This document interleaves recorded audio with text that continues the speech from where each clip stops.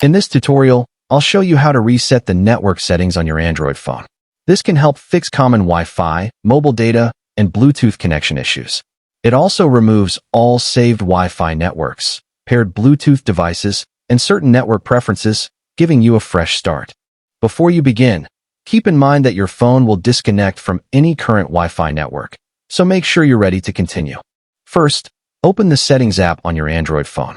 Scroll down and tap General Management. Next, scroll to the bottom and select Reset.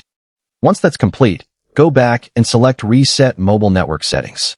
Tap Reset Settings again, then enter your phone's PIN, password, or pattern if prompted. Finally, tap Reset to confirm. Your Android phone will now reset its network settings. After the process is complete, you'll need to reconnect to your Wi-Fi networks and pair your Bluetooth devices again. And that's it. Your network settings have been successfully reset.